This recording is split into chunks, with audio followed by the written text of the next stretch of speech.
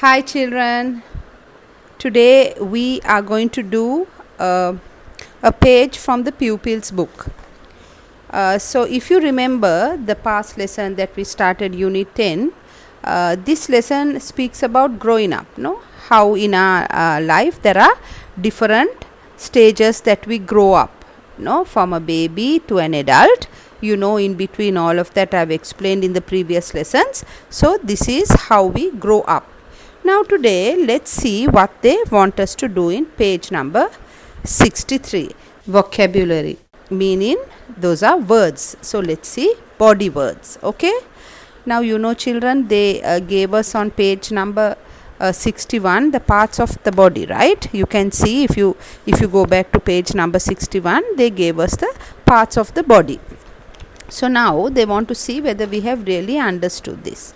Now they want us to look carefully at yourself and use the words in the box to finish these sentences. Right. So they want to see whether you know the parts of your body.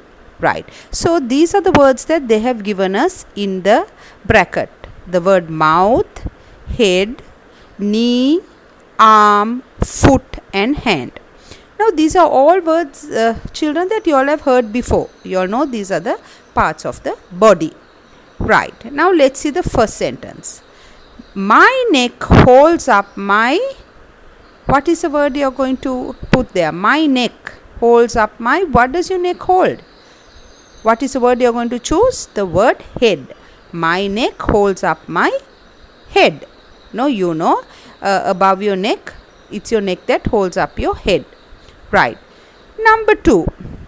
My ankle helps my blank to move.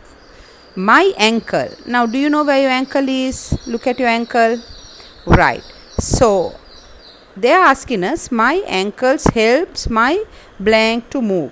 What does your ankle help your what to move? Your foot to move. No, your foot. We will use the word foot. No, your foot. So your ankle helps your foot to move. Then the third one. My hand is at the end of my. Now look at your hand. My hand is at the end of my what? At the end of my arm. We will write the word arm there. So my hand is at the end of my arm. Okay, then we go to the fourth one. My wrist helps my blank to move. My wrist helps my blank to move. What does your wrist help?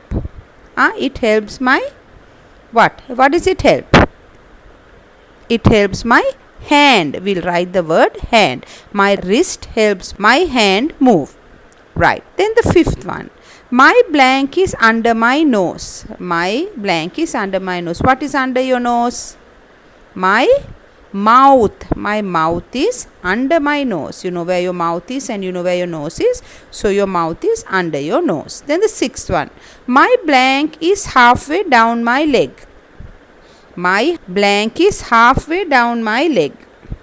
What is halfway down your leg? If you take your leg from your thigh to your feet, what is halfway down? In the middle. It's what? My knee. No, we will fill in the blanks with the word knee. My knee is halfway down my leg.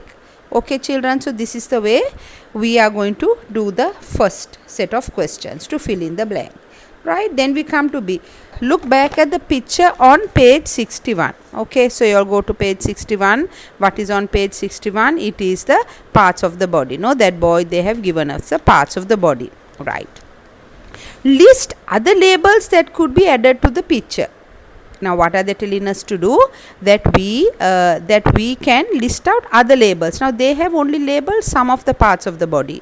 If you look very close, they have not named all the parts of the body. No.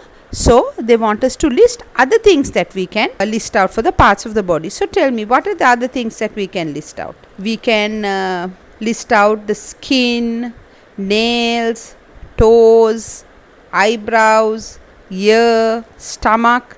No, those are some of the other words that we can list out. Okay. So B you can do in your writing book. You can do B in your writing book. You can list about 5 to 6 other parts of the body that are not in page 61.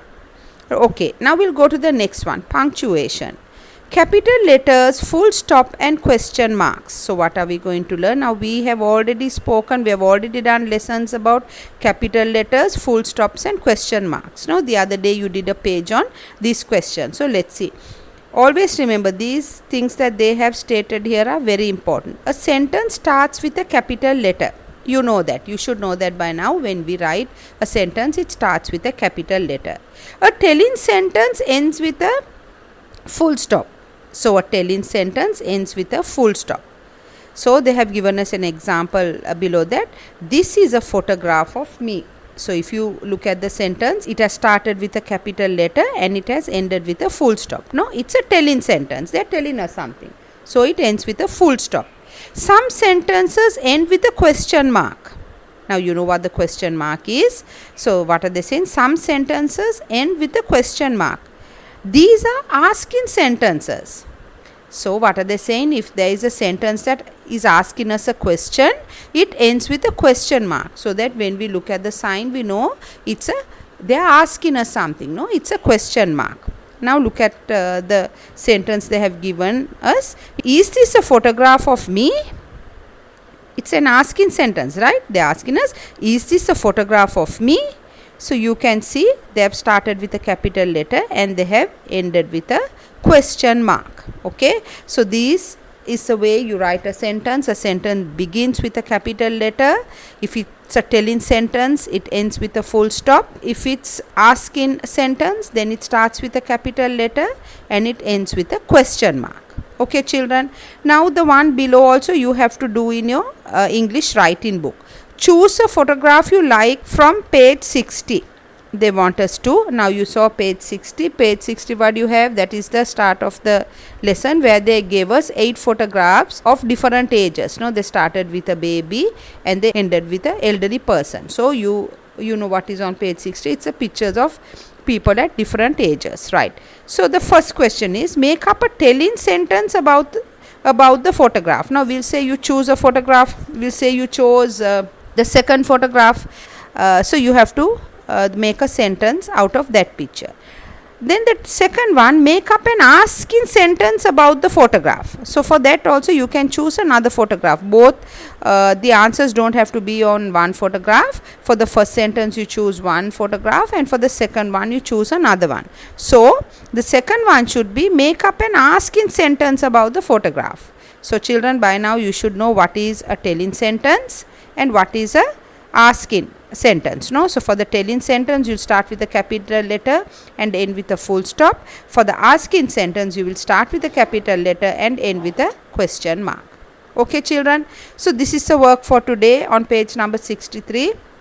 The first part you can do in your pupils book itself, but the ones B and A again below that you can do in your writing book. Okay children, so please do your work well. Till I connect with you next, take care and bye.